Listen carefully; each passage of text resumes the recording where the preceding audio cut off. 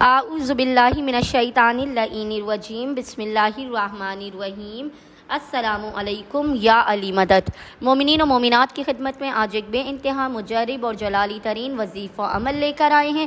اس وظیفہ عمل کو مومنین نے خصوصی طور پر ماہ ربیع الاول کے آخری پیر لاسٹ منڈے آف ماہ ربیع الاول کے دن آپ نے اس وظیفہ عمل کو بعد نماز مغربین سے لے کے نصف شب تک جب بھی آپ کو فرصت کے لمحات ملے آپ نے اس وظیفہ عمل کو کرنا ہے۔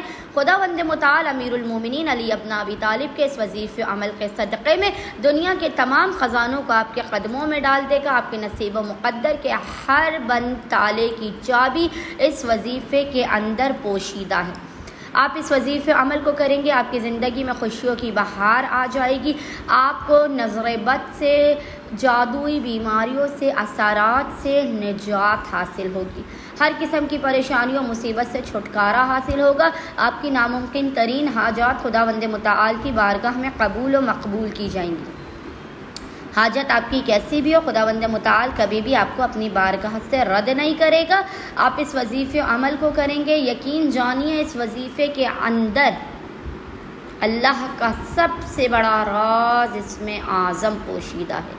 اگر اس وظیفے کو کرنے کے بعد آپ کی زندگی نہ بدل گئی تو پھر آپ کہیے گا۔ بس مومنین نے کرنا یہ ہے کہ آج یعنی ماہ ربیع الاول کے آخری پیر والے دن بعد نماز مغربین سے لے کے نصف شب تک جب بھی آپ کو فرصت کے لمحات ملیں آپ نے اپنی ناممکن ترین حاجات کی قبولیت کے لیے، رزق و روزی میں بے پناہ برکت کے لیے اور مشکلات کے خاتمے کے لیے باوضو ہونا ہے، اور باوضو ہونے کے بعد آپ نے سب سے پہلے 2 رکعت نماز پڑھ کے اس کا ہدیہ امیر المومنین علی ابن ابی طالب علیہ السلام کی بارگاہ میں پیش کرنا ہے۔ 2 رکعت نماز کا ہدیہ جناب امیر کی بارگاہ میں پیش کرنے کے بعد مومنین نے اس ذکر کی تلاوت کرنی ہے۔ یقین جانیے یہ اس قدر آسان ترین وظیفہ عمل ہے کہ مومنین آج اس وظیفہ عمل کو قطعاً ضائع نہ کریں، خود بھی کریں، گھر کے چھوٹے چھوٹے بچے بھی آج اس وظیفہ عمل کو آسانی کے ساتھ کر سکتے ہیں۔ بس مومنین نے کرنا یہ ہے کہ آپ نے ایک تسبیح 100 ٹائمز 100 مرتبہ بسم اللہ الرحمن الرحیم کی پڑھنی ہے۔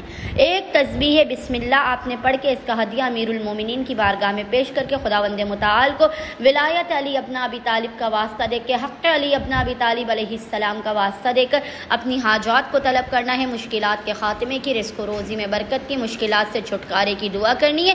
انشاءاللہ تعالی خداوند متعال صدقہ امیر المومنین علی ابن ابی طالب مومنین کی ہر جائز حاجت کو انہیں عطا کر دے گا، ان کی دین و دنیا کی ہر بگڑی کو بنا دے گا، ہر خزانے کو ان کے قدموں میں ڈال دے گا۔ اللہم صلی علی محمد و آل محمد وعجل فرجہم اجمعین۔